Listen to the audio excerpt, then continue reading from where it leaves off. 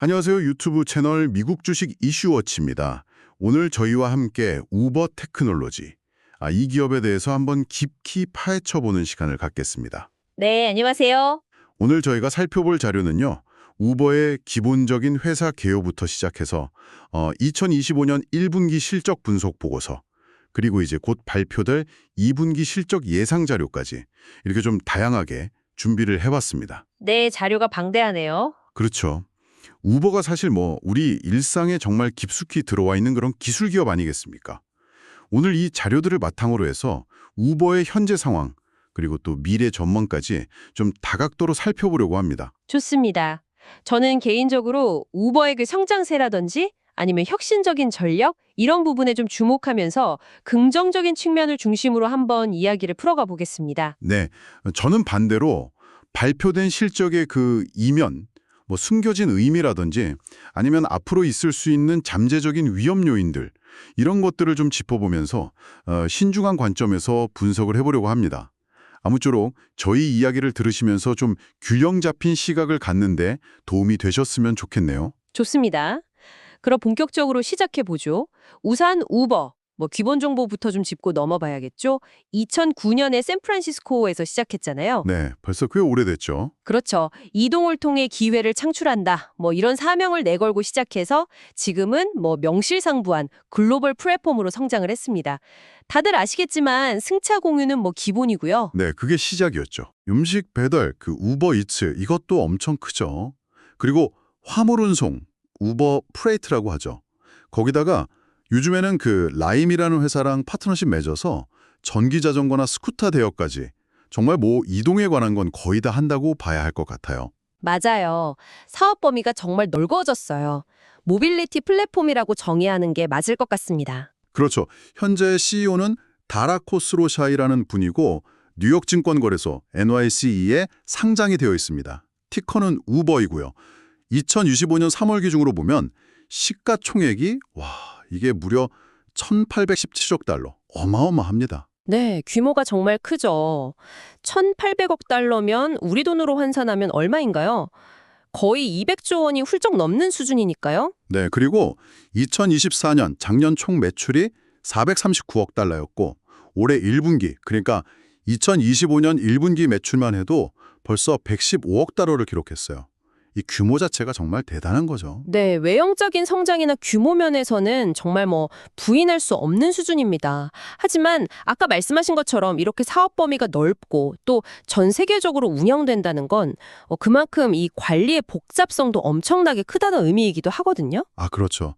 관리 포인트가 한두 개가 아니겠네요. 네, 각 사업 부문별로 전략도 다 다를 거고 또 지역별로 규제 환경이라든지 시장 특성이 다 다르잖아요. 이걸 다 맞춰가면서 수익성을 유지하고 또 성장시키는 게 이게 결코 쉬운 일은 아닐 겁니다. 운영상의 어려움이 분명히 있을 거예요. 그렇겠네요. 그 많은 나라에서 그 다양한 사업을 다 관리하려면 보통 일이 아니겠어요. 자, 그럼 이제 주요 사업 부분들을 하나씩 좀 더 자세히 들여다볼까요? 역시 우버 하면 가장 먼저 떠오르는 거 핵심 사업이죠. 모빌리티, 즉 승차 공유 서비스입니다. 네, 우버의 근간이라고 할 수 있죠. 그렇죠. 앱으로 그냥 차 부르면 어디든 갈 수 있으니까요. 이게 2025년 1분기 실적 기준으로 보면 전체 매출의 53%, 절반 이상을 차지하고 있고요. 그리고 조정 EBITDA, 그러니까 이자, 세금, 감가상각비 차감 전 영업이익 기준으로 보면요.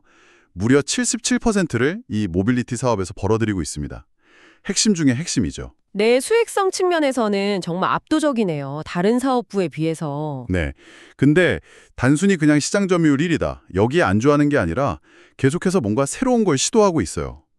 예를 들면 루트 쉐어라고 해서 약간 더 저렴한 합승 같은 옵션인데 이걸로 출퇴근 시간대 이용을 좀 늘리려고 하고 있고요. 또 기존 시장에서도 사용자 한 명당 이용 횟수를 더 늘리려는 그런 전략들이 좀 인상적이었습니다. 특히 미국 시장에서의 그 압도적인 지위는 여전하고요. 네, 미국 내에서는 정말 경쟁자를 찾기 힘들 정도죠. 하지만 그 압도적인 지위라는 게 영원할 수는 없지 않겠습니까?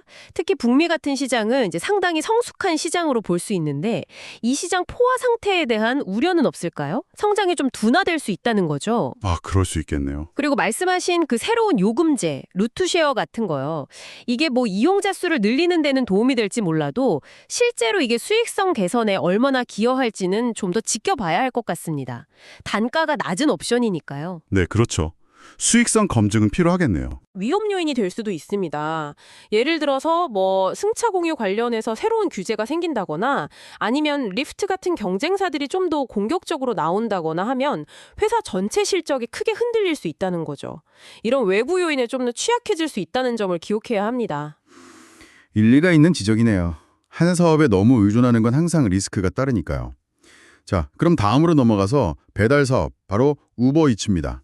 이것도 이제는 거의 음식 배달의 대명사처럼 됐죠. 네, 그렇죠. 팬데믹 거치면서 엄청나게 성장했죠. 맞습니다. 2025년 1분기 기준으로 보면 매출의 33%, 그리고 조정 이비다 23%로 담당하면서 모빌리티 다음으로 중요한 어떻게 보면 두 번째 기중 역할을 하고 있습니다. 2024년 한 해 동안 우버이츠에서만 벌어들인 매출이 137억 달러나 된다고 하니까 이것도 규모가 상당하죠. 네, 배달 부문도 정말 빠르게 성장했어요. 그리고 이 배달 부문에서도 그냥 음식 배달만 하는 게 아니라 요즘에는 식료품이나 아니면 편의점 물품 같은 소매 상품 배달까지 영역을 계속 넓히고 있거든요. 이런 새로운 고부가 가치 영역으로 확장하면서 주문 빈도나 또 주문당 금액을 늘리려는 전략, 이런 것들은 앞으로의 성장성을 좀 지대하게 만드는 요인이라고 생각합니다. 근데 이 음식 배달 시장이라는 게 아시겠지만 정말 경쟁이 치열합니다. 미국만 해도 도어대시라는 강력한 경쟁자가 버티고 있고요. 아, 맞아요. 도어대시가 만만치 않죠. 그리고 식료품이나 소매 배달로 확장하는 거, 방향 자체는 좋아 보일 수 있습니다. 그런데 이 분야는 또 인스타카트 같은 기존 강자들이 이미 자리를 잡고 있고 또 일반적으로 음식 배달보다 마진율, 그러니까 이익률이 더 낮을 수 있다는 분석도 있어요. 아, 그런 거요? 마진이 또 낮을 수 있다. 네, 그래서 과연 이 확장이 정말 지속 가능한 성장으로 이어질 건지 아니면 오히려 경쟁 심화 속에서 비용만 늘어나고 수익성을 갉아먹는 요인이 될지는 이건 좀 더 냉정하게 평가를 해봐야 할 부분이라고 생각합니다. 무조건적인 확장이 다 좋은 건 아니니까요. 그렇군요. 경쟁 환경이랑 수익 구조를 좀 더 면밀히 봐야겠네요. 알겠습니다. 자, 세 번째 사업 부문이죠. 바로 화물 운송, 우버 프레이트입니다. 이것도 우버의 그 플랫폼 기술을 활용하는 건데요. 네, 기술 기반의 물류 플랫폼이죠. 맞습니다. 화물을 보내려는 화주랑 또 그걸 운송해줄 운송업체, 트럭 운전사들을 이렇게 앱으로 연결해줘서 물류 효율성을 높이는 그런 사업입니다. 2025년 1분기 기준으로 보면 매출의 한 14% 정도를 차지하면서 사업 다각화에 어느 정도 기여를 하고 있습니다. 저는 이 우버가 가진 기술력을 이 물류라는 거대한 시장에 적용한다는 점 자체에서 좀 잠재력이 있다고 보거든요. 네, 물류 시장 자체가 워낙 크니까 잠재력은 분명히 있죠. 하지만 제가 좀 지적하고 싶은 부분은 이 자료에 나온 2025년 2분기 예상 매출 증가율입니다. 이게 0.7%로 나와 있거든요. 0.7%요? 다른 부문에 비하면 정말 낮은데요. 그렇죠. 모빌리티나 배달 예상 증가율이 거의 20%에 육박하는 거랑 비교하면 매우 낮은 수준입니다. 그리고 자료에서도 언급하고 있듯이 미중 관세 문제라든지 아니면 전반적인 경기 둔화 가능성 때문에 트럭 운송 수요 자체가 감소할 수 있다는 그런 전망도 나오고 있고요. 아, 외부 환경 영향이 크군요. 네, 그래서 아직까지는 이 화물 부분이 모빌리티나 배달만큼 확실한 성장 동력이라고 보기에는 글쎄요, 아직 좀 불확실성이 커 보입니다. 좀 더 시간이 필요해 보여요. 확실히 성장세가 좀 주춤하는 모습이긴 하네요. 이 부분은 좀 더 지켜봐야 할 것 같습니다. 자, 그럼 이제 많은 분들이 가장 궁금해하실 만한 내용이죠. 가장 최근 실적인 2025년 1분기 실적을 한번 심층적으로 분석해 보겠습니다. 이게 발표되고 나서 시장 반응이 좀 엇갈렸던 걸로 기억하는데요. 네, 맞습니다. 숫자는 좋았는데 주가는 좀 빠졌죠. 그렇죠. 일단 발표된 숫자를 보면요. 총 예약액 그로스 부킹이 428억 달러, 그리고 매출이 115억 달러를 기록했습니다. 이게 전년 동기 대비해서 각각 14%씩 증가한 수치예요. 성장세는 여전하죠. 네, 두 자릿수 성장을 이어갔네요. 그리고 무엇보다 놀라운 건 이익 부분입니다. 영업이익이 작년 1분기에는 1억 7,200만 달러였는데 올해 1분기에는 무려 12억 3천만 달러로 폭증했습니다. 엄청난 개선이죠. 와, 영업이익 증가율이 상당하네요. 그리고 순이익은 더 극적입니다. 작년 1분기에는 6억 5천만 달러 손실이었거든요. 그런데 올해 1분기에는 17억 8천만 달러 흑자로 완전히 돌아섰습니다. 대단한 턴어라운드죠. 네, 손실에서 흑자로 전환한 건 정말 큰 성과네요. 그래서 주당 순이익, EPS라고 하죠. 이것도 0.83달러를 기록하면서 시장 예상치였던 0.50달러를 아주 크게 웃돌았습니다. 어닝 서프라이즈였죠. 그리고 조정 EBITDA 역시 18억 7천만 달러로 작년보다 35%나 증가했고 현금 흐름도 매우 좋아졌다고 발표했습니다. 플랫폼 성장세를 보여주는 월간 활성 이용자 수, MAPC랑 총 운행 건수도 각각 14%, 18% 증가했고요. 전반적으로 보면 정말 인상적인 실적이었어요. 네, 말씀하신 대로 헤드라인 숫자들만 보면 정말 흠잡을 데 없이 좋아 보입니다. 흑자 전환 성공했고 EPS도 시장 예상을 크게 뛰어넘었고요. 조정 EBIDA나 사용자 지표, 성장세도 견조하고요. 분명 긍정적인 신호들이 많습니다. 그렇죠. 하지만 아까도 잠깐 언급했지만 시장의 반응은 좀 냉담했습니다. 실적 발표 당일에 우버 주가가 2.5% 하락했거든요. 네, 저도 그게 좀 의아했어요. 실적은 잘 나왔는데 왜 주가가 빠졌을까 하고요. 가장 큰 이유로는 매출이 시장의 예상치였던 11억 6,200만 달러에 아주 약간이지만 못 미쳤다는 점이 꼽힙니다. 시장의 기대치가 워낙 높았던 거죠. 아, 매출이 기대치에 살짝 미달했다. 네. 그리고 긍정적인 2분기 가이던스를 제시했음에도 불구하고 주가가 하락했다는 점은 우리가 좀 주목해야 할 부분입니다.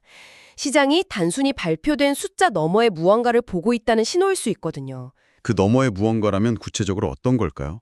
예를 들어서 순이익이 17억 8천만 달러 흑자를 기록했는데 이 흑자 전환에 우버가 보유하고 있던 다른 회사들의 지분 투자 재평가 이익이 상당히 크게 기여했다는 점을 좀 봐야 합니다. 자료에 따르면 세전기 중으로 51억 달러 규모의 재평가 이익이 있었다고 하거든요. 지분 투자 이익이 컸군요. 물론 그것도 우버의 현명한 투자 관리 능력을 보여주는 결과라고 볼 수도 있지 않을까요? 뭐 그렇게 볼 수도 있겠죠. 하지만 시장에서는 이익의 질을 따져보거든요. 그러니까 순수하게 핵심 사업, 모빌리티나 배달 같은 영업활동만으로 이룬 성과인지 아니면 이런 일회성 혹은 비영업적인 요인이 크게 작용한 것인지를 면밀히 따져볼 필요가 있다는 겁니다. 핵심 사업 자체의 성장성이나 수익성이 시장 기대만큼 강하지 않았을 수도 있다는 의구심이 작용했을 수 있어요. 이익의 질을 따져봐야 한다. 일리가 있네요. 그리고 또 하나, 여전히 남아있는 악재들도 있습니다. 예를 들어서 미국 연방거래위원회 FTC가 우버의 구독 서비스인 우버원과 관련해서 소송을 제기한 상태거든요. 이런 규제 관련 불확실성도 투자 심리에는 분명히 부정적인 영향을 미칩니다. 시장은 단순히 이번 분기 헤드라인 숫자만 보는 게 아니라 앞으로의 성장 지속 가능성, 그리고 이런 잠재적인 리스크들에 대해서 좀 더 신중하게 평가했을 가능성이 높습니다. 그래서 숫자는 좋았지만 주가는 하락한 그런 현상이 나타난 거죠. 그렇군요. 단순히 발표된 숫자만 볼 게 아니라 그 이면에 있는 내용들과 앞으로의 리스크까지 고려해야 한다는 말씀이시네요. 이해가 됩니다. 자, 그럼 이제 앞으로의 전망으로 넘어가 보죠. 당장 다음 분기 2025년 2분기 실적이 8월 6일에 발표될 예정인데요. 이 전망은 어떻게 나오고 있나요? 네, 2분기 실적 발표가 얼마 남지 않았죠. 월스트리트의 전망치를 보면요. 일단 기대감이 꽤 높습니다. 매출은 124억 6천만 달러로 예상하고 있는데 이게 작년 2분기 대비해서 16.4% 증가한 수치입니다. 1분기 성장률 14%보다 더 높은 거죠. 그리고 EPS는 0.62달러로 예상하는데 이건 작년 동기 대비 무려 31.9%나 증가할 것으로 보고 있습니다. 수익성 개선세가 이어질 거라는 기대죠. 네, 월가 컨센서스는 꽤 긍정적이네요. 특히 주목할 만한 점은 우버가 지난 4분기 연속으로 EPS 예상치를 계속 상회해왔다는 기록이 있다는 겁니다. 이런 트랙 레코드가 2분기 실적에 대한 기대감을 더 높이는 요인이 되고 있죠. 에버코어 ISI의 마크 마하니 같은 유명 애널리스트는 총 예약액이 46억 달러로 전년 대비 17% 증가할 것으로 예상하면서 이게 우버가 자체적으로 제시한 가이던스 상단인 47억 2,500만 달러에 근접할 수 있다고 봤어요. 심지어 시장 기대치를 뛰어넘을 가능성도 제시했고요. 네, 그런 긍정적인 분석들이 나오고 있죠. 사업 부문별로 보면 역시 모빌리티 플러스 17.9%와 배달 플러스 19.7% 부문이 견조한 성장을 이끌 것으로 예상되고요. 조정 이비다 역시 1분기에 18억 7천만 달러를 넘어서 20억 달러를 훌쩍 넘길 것으로 보입니다. 전반적으로 2분기도 꽤 괜찮은 실적을 낼 거라는 기대가 형성돼 있는 것 같아요. 네, 기대치가 높은 건 사실입니다. 그런데 반면에 아까 지적했던 화물 부문의 예상 성장률은 2분기에도 여전히 0.7%로 매우 미미합니다. 이 부분은 여전히 부진할 것으로 예상되는 거죠. 화물은 여전히 좀... 네. 그리고 모빌리티와 배달 부문에 대한 이 높은 기대치가 과연 실제로 충족될 수 있을지는 아직 미지수입니다. 최근에 경기 침체에 대한 우려도 계속 나오고 있고 또 경쟁 환경은 여전히 치열하잖아요. 이런 요인들이 예상치 못한 변수로 작용해서 성장을 발목 잡을 수도 있습니다. 그렇죠. 변수는 항상 존재하니까요. 그리고 설령 우버가 시장 예상치에 딱 부합하는 실적을 발표한다고 하더라도 만약에 성장률 자체가 이전 분기보다 둔화되는 모습이 나타난다면 시장에서는 이걸 또 부정적으로 해석할 수 있습니다. 성장 스토리가 꺾이는 것 아니냐 이런 우려가 나올 수 있다는 거죠. 그러면 주가에는 부담으로 작용할 수 있습니다. 높은 기대치를 충족시키는 것도 중요하지만 그 성장 모멘텀을 계속 유지하는 모습을 보여주는 게 중요합니다. 기대치가 높다는 게 오히려 부담이 될 수도 있겠군요. 알겠습니다. 자, 그럼 이제 좀 더 시야를 넓혀서 우버의 장기적인 전략과 전망에 대해서도 이야기를 나눠보죠. 단기 실적도 중요하지만 결국 기업의 가치는 장기적인 비전에 달려 있으니까요. 네, 그렇죠. 장기적인 그림을 봐야죠. 우버는 미래를 위한 투자에도 상당히 적극적인 모습을 보이고 있습니다. 우선 지속 가능성 목표가 눈에 띄는데요. 2040년까지 우버 플랫폼에서 운행되는 모든 차량을 완전 전기차로 전환하고 탄소 배출 제로 플랫폼을 만들겠다는 아주 야심찬 목표를 세웠습니다. 2040년까지 제로 에미션이라 상당히 공격적인 목표네요. 그렇죠. 그리고 또 하나 중요한 분야가 바로 자율주행 AV 기술입니다. 이 분야에서는 우버가 약간 전략을 바꿨죠. 예전에 자체적으로 개발하려다가 매각하고 지금은 웨이모, 위라이드, 포니닷 AI 같은 자율주행 기술 선두 기업들과 파트너십을 맺는 전략을 택했습니다. 어떻게 보면 좀 더 효율적인 접근 방식이라고 할 수 있겠죠? 네, 자체 개발에 부담을 덜고 외부 기술을 활용하는 쪽으로 방향을 튼 거죠. 그리고 이게 그냥 파트너십만 맺는 게 아니라 구체적인 계획들도 나오고 있어요. 예를 들어서 2025년 말에는 아부다비에서 중국의 위라이드와 함께 로보택시, 그러니까 완전 자율주행 택시를 상용화하는 것을 목표로 하고 있다는 소식도 있습니다. 아, 상용화 계획까지 나왔군요. 네. 그 외에도 기존 서비스의 침투율을 더 높이고 아까 말한 식료품이나 소매 배달 같은 신규 사업을 확장하고 또 우버원 같은 구독 모델을 강화해서 이용자 락인 효과를 높이는 등 다방면으로 지속적인 성장을 추구하고 있습니다. 이런 전략들을 바탕으로 2025년 연간 가이던스도 꽤 긍정적으로 제시했어요. 매출은 전년 대비 15.37% 증가하고 조정 EBITDA는 83억 달러를 달성할 것으로 예상하고 있습니다. 그래서인지 많은 애널리스트들이 우버의 목표 주가를 90달러에서 115달러까지 계속 상향 조정하면서 장기적인 성장 잠재력을 높게 평가하는 분위기입니다. 네, 장기적인 성장 전략들이 제시되고 있고 애널리스트들의 평가도 긍정적인 편인 것은 맞습니다. 하지만 이 장기 전략과 전망에 대해서도 좀 신중하게 볼 필요가 있습니다. 우선 자율주행 파트너십 전략, 이게 비용 효율적일 수는 있겠지만 반대로 생각하면 핵심 기술인 자율주행 기술을 외부 파트너사에 의존하게 된다는 의미이기도 하거든요. 아, 그렇죠. 의존성이 커지는 문제가 있겠네요. 네, 만약에 그 파트너사와의 관계에 문제가 생기거나 아니면 파트너사가 경쟁사와 선을 잡거나 하면 우버의 자율주행 전략 전체가 흔들릴 수 있는 리스크가 있습니다. 핵심 기술을 외부에 의존하는 건 항상 그런 위험을 내포하고 있죠. 그럴 수 있겠네요. 자체 기술이 없다는 점이 약점이 될 수도 있겠어요. 그리고 아까 말씀하신 2040년 전기차 전환 목표. 이거 정말 매우 도전적인 과제입니다. 전 세계 수많은 우버 드라이버들의 차량을 어떻게 다 전기차로 바꿀 것이며 또 그 충전 인프라는 어떻게 확보할 것인지 실현 가능성에 대해서는 여전히 물음표가 많이 붙습니다. 선언적인 목표에 그칠 수도 있다는 거죠. 현실적인 어려움이 많겠군요. 네. 그리고 우버원 구독 서비스 강화 전략 이면에는 아까도 언급했지만 여전히 FTC 소송 리스크가 존재하고요. 또 최근에 테슬라가 로보택시 시장 진출을 공식 선언했잖아요. 맞아요. 테슬라 로보택시 큰 이슈였죠. 네. 이런 강력한 신규 경쟁자의 등장은 앞으로 우버의 모빌리티 사업에 상당한 위협이 될 수 있습니다. 그 외에도 각국 정부의 플랫폼 기업에 대한 규제 강화 움직임이라든지 또 우버는 글로벌 기업이니까 환율 변동성 같은 외부적인 위험 요인들도 항상 고려해야 하고요. 그래서 애널리스트들이 높은 목표 주가를 제시하고는 있지만 이러한 여러 리스크 요인들이 현실화될 경우에는 기대에 미치지 못하는 결과가 나올 수도 있다는 점을 염두에 두어야 합니다. 장밋빛 전망만 볼 수는 없다는 거죠. 네. 확실히 장기적인 비전과 함께 해결해야 할 과제와 리스크도 만만치 않네요. 긍정적인 측면과 신중해야 할 측면이 공존하는 것 같습니다. 자, 오늘 저희가 이렇게 우버 테크놀로지스에 대해서 정말 깊이 있게 한번 다뤄봤습니다. 어떠셨나요? 네, 정말 다양한 측면에서 살펴볼 수 있었던 것 같습니다. 그렇죠.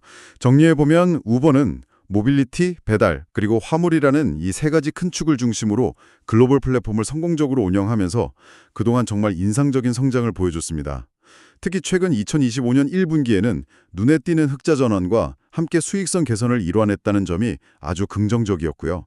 앞으로 나올 2분기 실적 전망이나 연간 전망치도 현재로서는 긍정적인 편이라고 할 수 있겠습니다. 네, 맞습니다. 하지만 동시에 1분기 매출이 시장 기대치에 약간 못 미치면서 주가가 하락했던 사례에서 볼 수 있듯이 시장의 높은 기대치를 충족시켜야 한다는 부담감이 있고요. 또 도어대시나 리프트 같은 기존 경쟁사들, 그리고 테슬라 같은 새로운 경쟁자들과의 치열한 경쟁 환경에 놓여 있습니다. 그뿐만 아니라 각국 정부의 규제 리스크나 식료품 배달 같은 신규 사업 확장의 불확실성 등 앞으로 우버가 넘어야 할 과제들도 분명히 존재합니다. 네, 그렇죠. 그리고 장기적으로 봤을 때 자율주행 기술 도입 전략이나 2040년 지속 가능성 목표 같은 미래 전략들이 과연 계획대로 성공적으로 구현될 수 있을지 이 부분도 우리가 계속해서 지켜봐야 할 중요한 포인트라고 생각합니다. 그렇습니다. 결론적으로 우버는 강력한 플랫폼 경쟁력과 또 성장 잠재력을 가진 매력적인 기업임에는 틀림없지만 동시에 여러 가지 도전 과제와 무시할 수 없는 위험 요인들을 안고 있다. 이렇게 요약해 볼 수 있겠습니다. 투자자 입장에서는 이런 양면을 모두 고려해서 신중하게 접근할 필요가 있겠네요. 네, 정확한 요약이십니다. 잠재력과 리스크를 함께 봐야 합니다. 오늘 저희가 준비한 내용은 여기까지입니다. 우버에 대한 깊이 있는 분석이 여러분의 투자 판단에 조금이나마 도움이 되었기를 바랍니다. 자, 마지막으로 법적 고지사항 안내해드리고 마무리하겠습니다. 네, 본 방송에서 제공되는 정보는 오직 정보 제공만을 목적으로 하면 특정 주식 종목에 대한 매수 또는 매도 추천이 아님을 명확히 밝힙니다. 모든 투자의 최종 결정과 그에 따른 책임은 전적으로 투자자 본인에게 있습니다. 또한 이 정보는 AI에 의해 생성된 내용을 일부 포함하고 있을 수 있습니다. 따라서 내용상 오류가 있거나 일부 정보가 누락되었을 가능성이 있으니 투자 결정을 내리시기 전에 반드시 추가적인 정보 확인과 검증 과정을 거치시기 바랍니다. 네, 오늘 시간 내주셔서 감사합니다. 감사합니다. 지금까지 미국 주식 이슈워치였습니다. 다음 시간에 더 유익한 정보로 찾아뵙겠습니다.